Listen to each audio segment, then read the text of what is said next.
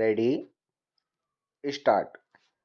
जब से आंगन, क्यारियों, पेड़ों वाले घरों का चलन बंद हुआ है और उनकी जगह महानगरों और अन्य नगरों में भी बहुमंजिली इमारतों का उदय हुआ है, तब से बहुतेरी स्थितियां बदल गई हैं।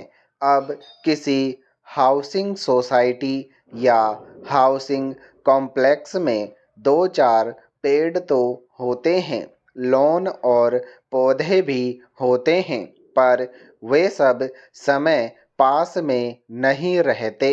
एक बार अपने फ्लैट में पहुंच जाने पर आप उनसे दूर हो जाते हैं और फ्लैट की छोटी बड़ी बालकनियों के फूल पौधों वाले प्रकृति उपादानों के माध्यम से ही आप प्रकृति के साथ होते हैं।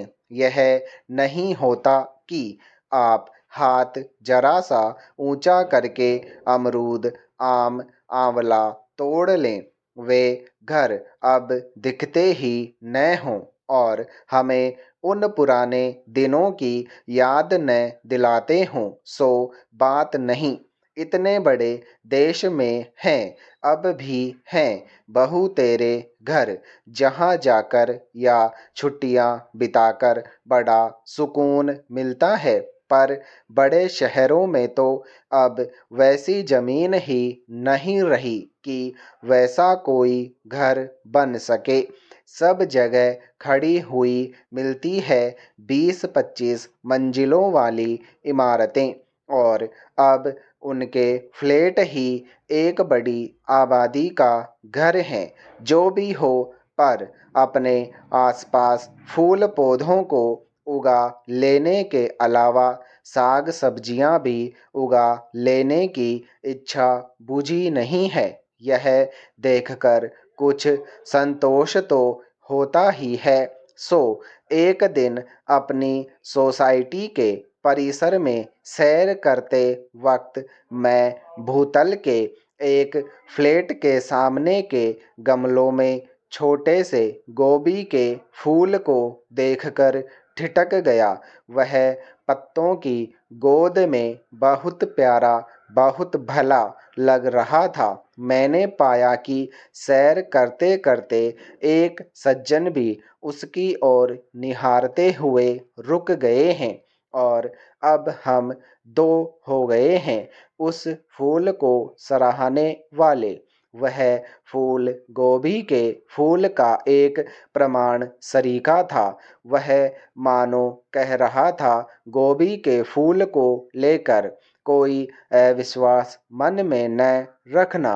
होता है गोभी का फूल, मुझे देख लो, खाली फूल वाली गोभी नहीं होती, और फूल गोभी की वह सुंदरता भी देख लो जो पत्ता गोभी में नहीं होती। ठीक है, पत्ते पत्तियों की भी अपनी सुंदरता होती है, और वह भी सराही जाने वाली होती है, पर फूल तो फूल है। कोई भी फूल हो, कैसा भी फूल हो, वह सुंदर या बहुत सुंदर लगता है। पैरा ध्यान इस पर भी गया कि सुंदर तो वह है, पर वह भोजन सामग्री है, और उसे देखना मानो व्यंजन संसार से भी जुड़ा जा रहा है। यह सोच भी आश्वस्तिजनक था, जो तत्काल उदित हुआ कि गोभी ही नहीं, अब टमाटर, पालक, नींबू, मेथी आदि भी लोग उगा रहे हैं अपने फ्लैटों में। मैंने भी देर नहीं की। अगली बार माली के आने पर एक बड़े चौकोर से गमले में पालक लगवाई, टमाटर भी लगवाए, और उसने स्ट्रॉबेरी के पौधे की सलाह दी तो वह भी ले लिया।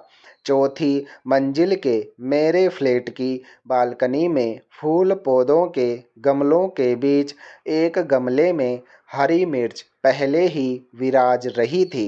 यह एक शुभ संकेत है कि शुष्क और बंजर से लगने वाले फ्लैटों में लोग अब फूल पौधों के साथ ही साग सब्जियों की खेती भी कर रहे हैं।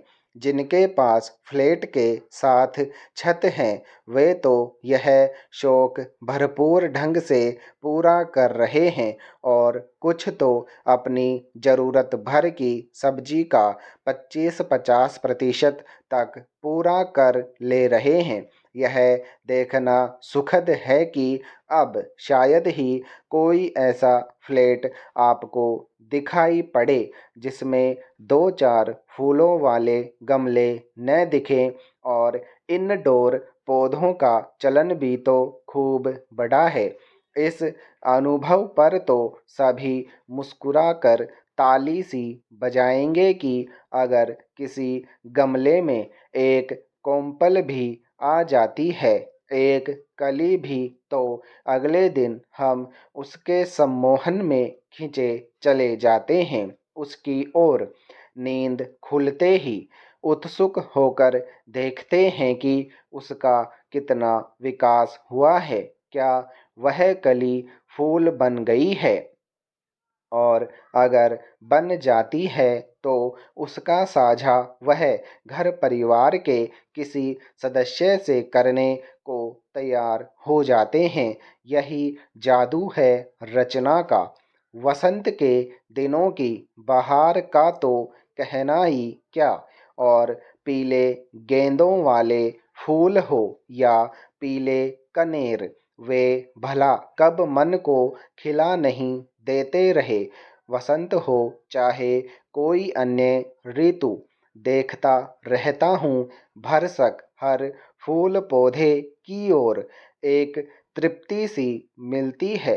याद करता हूँ उन छप्पर छानी वाले घरों की जहाँ बहुत देखे हैं सीताफल, लौकी, सेम, करेले आदि, और जिनका वर्णन मैथिली शरण गुप्त जी आहा ग्राम्य जीवन भी क्या है कविता में कर चुके हैं। बदल रहा है ग्राम्य जीवन भी, शहरी जीवन भी, पर प्रकृति तो नहीं बदलती।